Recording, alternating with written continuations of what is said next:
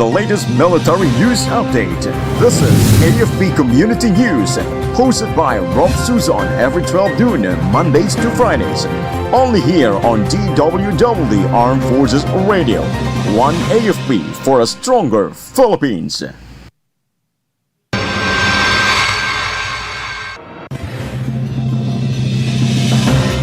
Philippine Army moves to declare Iloilo insurgency-free. Tacloban Court convicts journalist and aid worker in terrorism financing case. DSWD to provide cash for work for more than 1,000 Mayon-affected families. DAI's 300,000 metric ton rice imports to stabilize supply and prices.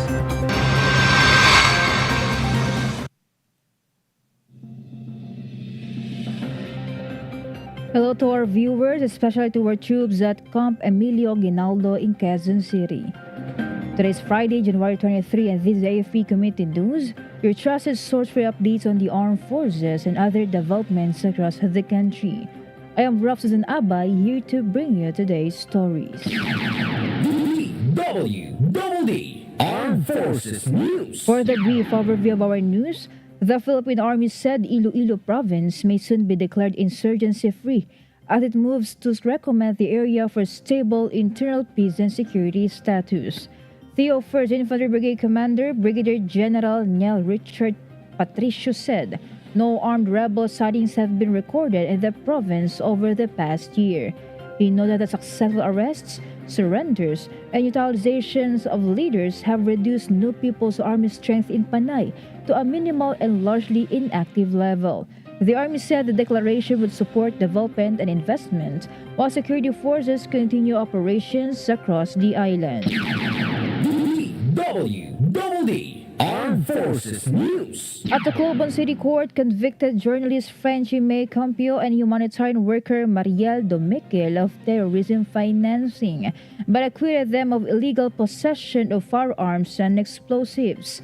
Authorities arrested the two last February 7, 2020 at the office of alternative media outlet Eastern Vista, along with three others activists known as the Tacloban Five. The Regional Trial Court Branch 45 said only Campio and Domiquel have received judgments so far, while cases against the other accused remain pending or under bail. Campio and Domiquel both denied links to armed groups, with supporters citing their work in journalism and advocacy for farmers' rights in Eastern Visayas. Armed Forces Radio.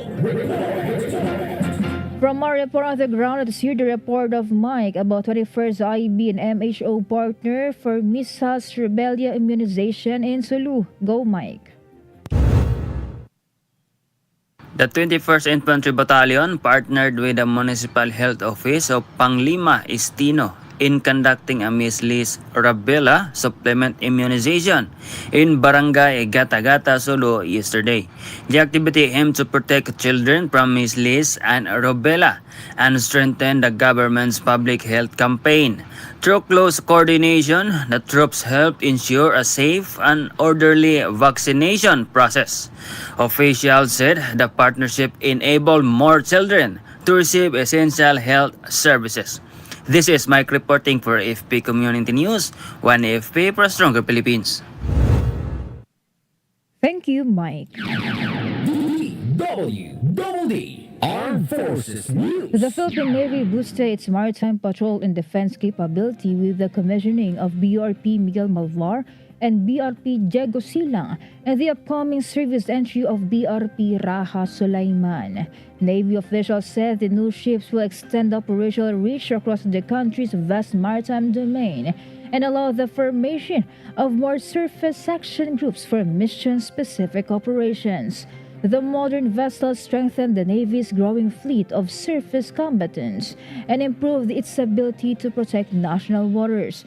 The Navy said the expansion supports sustained maritime security, deterrence, and rapid response operations nationwide. DWDD Armed Forces News. The Philippine Air Force intensified aerial search and rescue operations after a lone survivor was found drifting near the maritime boundary with Indonesia following a motor banca capsizing in the Davao Gulf. PAF assets are conducting area reconnaissance over the Davao Gulf, Sarangani waters, and nearby international areas to locate 14 still missing passengers and crew. The Air Force also carried out the medical evacuation of survivor Christopher Bulig from Balut Island to Camp Panakan Hospital in Davao City for treatment and psychosocial care. Authorities said the PAF continues to play a critical role in the multi-agency rescue effort as operations expand amid challenging sea conditions. Armed Forces Radio Report. Let us hear more from Maljoy of 1st CRG about 69th IB successfully conducts coastal cleanup drive in Zambales.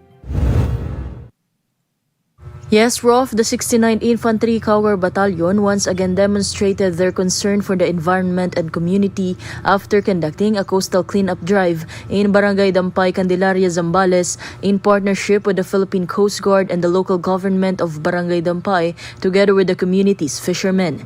The activity aims to protect maritime resources, maintain the cleanliness of the coast, and raise public awareness of the importance of environmental protection. Through the joint efforts of the troops of 69th Infantry Battalion, barangay officials, and fisher folks, the coast was successfully cleaned of garbage that could harm human health and marine life. The 69th Infantry Battalion continues to promote programs that aim to protect the environment, strengthen communities, and promote peace and development in the province of Zambales.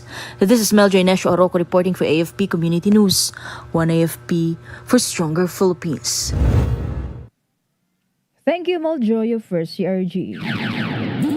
DWDD Armed Forces News. A Philippine Army Reservist discovered a cache of live hand grenades at a public cemetery in Lucban, Quezon. PFC Bismarck Floyd Mandaing of the 404th Ready Reserve Infantry Battalion uncovered 120 grenades concealed beneath a fallen tree while visiting the site. He immediately coordinated with authorities, secured the area, and ensured public safety. Explosive ordnance disposal teams later arrived to assess and safely handle the recovered explosives.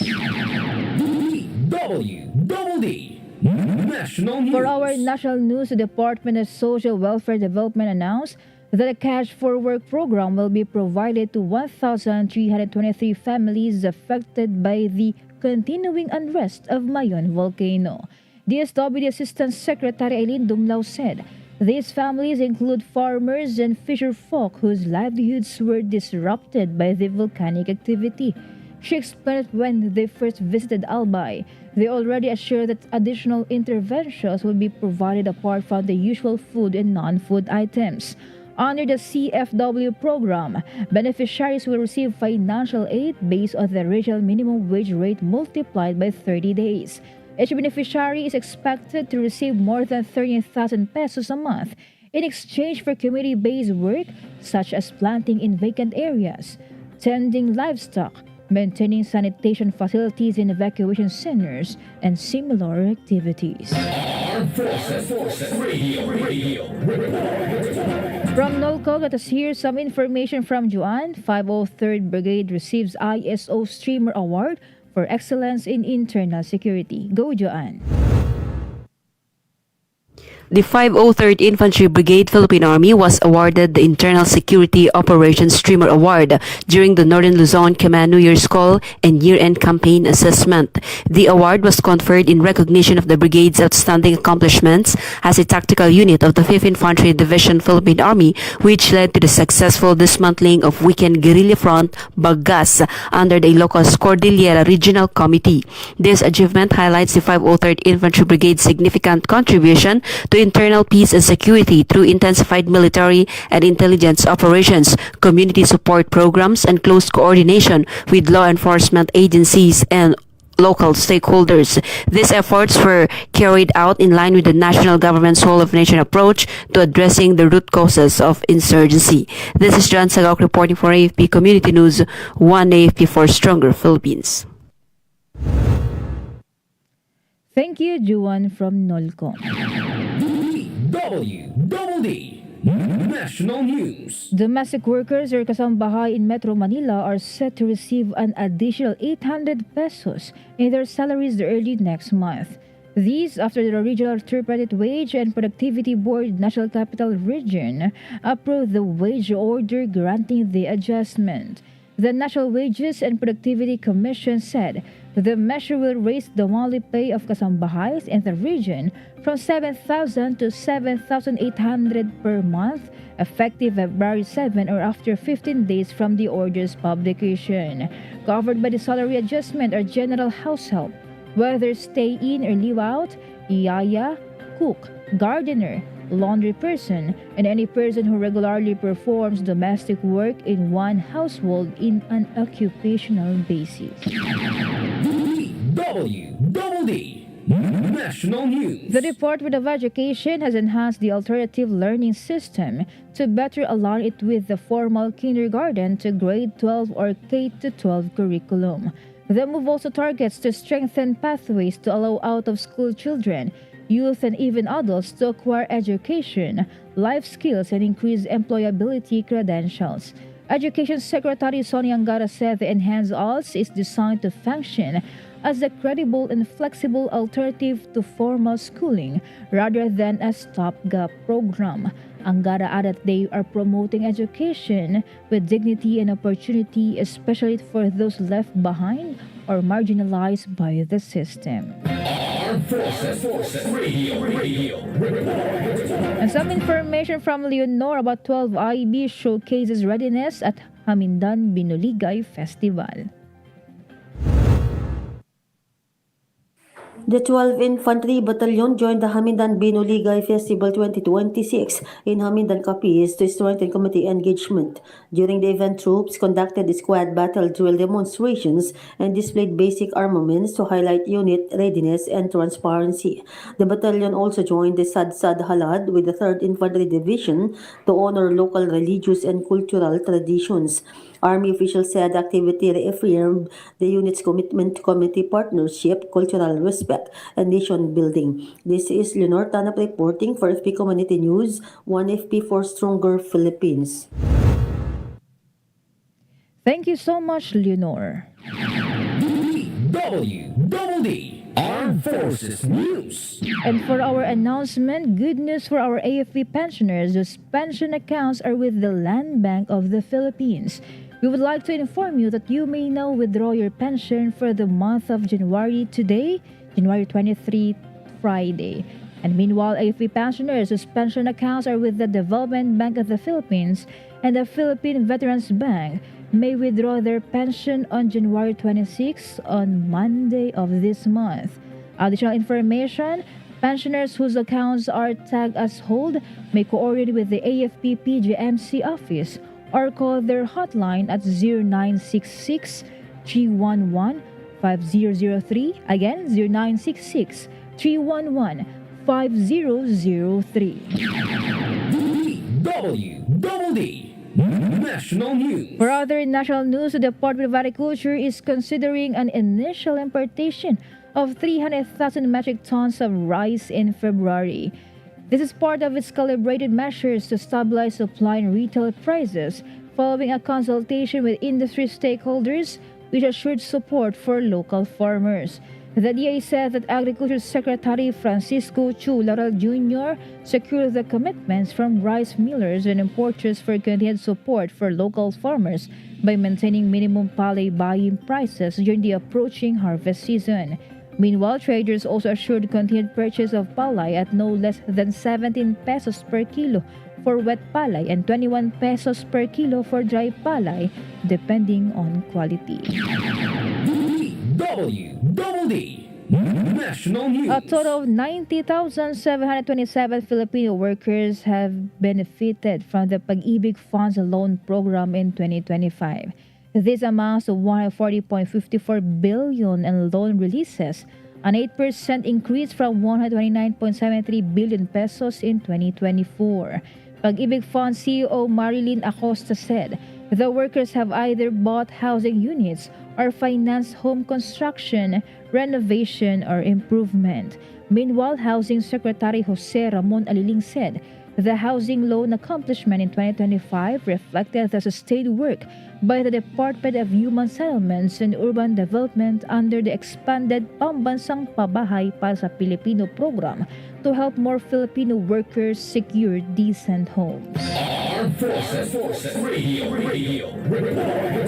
From Shira, updates about authorities arrest 2 foreign nationals for immigration violations in Zamboanga. Yes, good afternoon. Authorities arrested 2 foreign nationals in separate operations in Zamboanga Peninsula for alleged immigration law violations. In Aurora, Zamboanga del Sur, operatives detained a Chinese national accused of running an illegal business beyond the scope of his work visa. In Buog, Zamboanga, Sibugay, another foreigner was arrested for allegedly operating a business while holding only a tourist visa. The Bureau of Immigration took custody of the suspects of the Armed Forces of the Philippines, pledged continued support in enforcing immigration laws and safeguarding national security. This is Shira Rivera reporting for AFP Community News, One AFP for Stronger Philippines. Thank you so much, Shira. DWDD National News. Meanwhile, President Ferdinand Marcos Jr. ordered the review of the provisions of the proposed anti-dynasty bill. This aims to ensure that it balances legal precision with practical enforcement. Palace Press Officer Claire Castro said Marcos issued the directives during Tuesday's meeting in Malacanang, where they discussed key components that could be proposed for the anti-dynasty bill.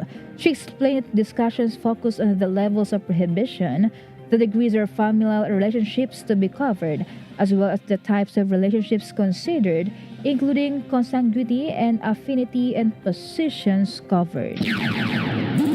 DWDD National News. President Ferdinand Marcos Jr. assured the public that the discomfort he experienced last Wednesday night is not life-threatening.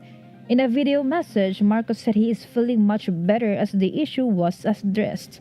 He revealed that he was diagnosed with diverticulitis, a digestive condition that occurs when small pouches in the wall of the colon become inflamed or infected.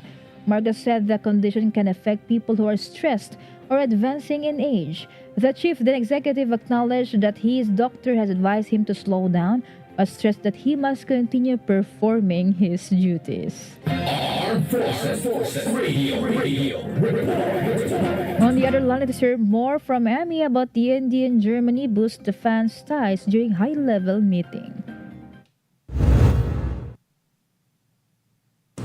Department of National Defense Undersecretary Angelito de Leon met with German Minister of State Florian Hahn at Camp Aguinaldo, Quezon City.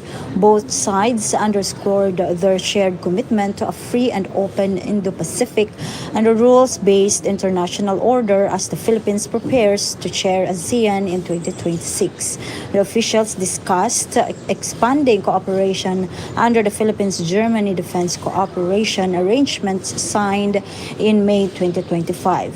Talks also explored peacekeeping, training opportunities, and defense industry collaboration in support of the Philippines Self-Reliant Defense Posture Program. This is Ami reporting for AFP Community News, One AFP for Stronger Philippines. Thank you, Ami. DWDD National News. Meanwhile, the Department of Public Works and Highways said the expansion project of a drainage system along G. Araneta Avenue in Quezon City is set to be completed next month. Public Works Secretary Vince Dizon, who inspected the project, said they are looking to finish in February the expansion works in the area prone to flooding. Dizon said the agency is taking advantage of the lack of rain. The area often gets flooded during heavy rains, making it impassable to vehicles. DWDD National News. The Metropolitan Manila Development Authority and the Valenzuela City government have begun the cleanup of Calabingcoho River. This aims to reduce flooding in the National Capital Region through the clearing of garbage and silt from waterways. The cleanup in the approximately 2-kilometer stretch of the river is part of the MMDA's Bayanihan sa Estero program launched by President Ferdinand Marcos Jr. towards improving water flow and mitigating flooding in communities. MMDA General Manager Nicholas Torre III said the agency remains committed in rehabilitating major waterways in Metro Manila. Armed Forces Radio. Let us hear more updates from Jimboy about the Army Chief highlights Finance Center's role in operational readiness. Army Chief Lieutenant General Antonio Navarrete praised the Finance Center, Philippine Army, for sustaining operational readiness during his visit at Port Bonifacio, Taguig City. He stressed that financial fitness is as vital as physical fitness, ensuring soldiers can focus on their mission. Lieutenant General Navarrete said timely and transparent financial support directly safeguards troop welfare and family security. He urged Finance Center personnel to uphold professionalism, sharpen skill, and continue strengthening Army system. This is Jimboy reporting for AFP Community News, 1 AFP for Stronger Philippines. Thank you so much, Jimboy. DWDD National News. Motorists in Pasay City are advised to expect heavy traffic due to road closures on Sunday, January 25. This is due to the Santo Niño Grand Procession that is expected to draw thousands of devotees. The Pasay Traffic and Parking Management Office said roads would be closed starting at noon ahead of the 3 p.m. procession that will affect Durham Park, FB Horizon, and sections of EDSA. Ross Boulevard will be partially closed from EDSA to Traders Hotel, while Buendia Avenue and Ross Boulevard intersections will also have restricted access. Authorities urge drivers to take alternate routes including Jokno Boulevard, Macapagal Avenue, P. Ocampo Street, Taft Avenue, and Park Avenue to avoid congestion. DWDD Armed Forces And News. that concludes today's broadcast, and thank you for your continued support, particularly to our viewers in AFP Radio DWDD's official Facebook page. Join us again next week for more stories and updates, same time and same station. Once again, this is Rofh Suzon-Abay for AFP Community News, 1 AFP for Stronger Philippines. Behold the latest military news update. This is AFP Community News, hosted by Rofh Suzon every 12 noon, Mondays to Fridays. Only here on DWDD Armed Forces Radio. 1 AFP for a stronger Philippines. Ito ang DWDD 1134 kHz AM. Balita, impormasyon at musika. Ito ang DWDD AFP Radio. Boses ng Kawal Pilipino. Kayo ay nakatutok sa DWDD AFP Radio. Kami po ay kasapi ng KBP, Kapisanan ng mga Broadcaster ng Pilipinas.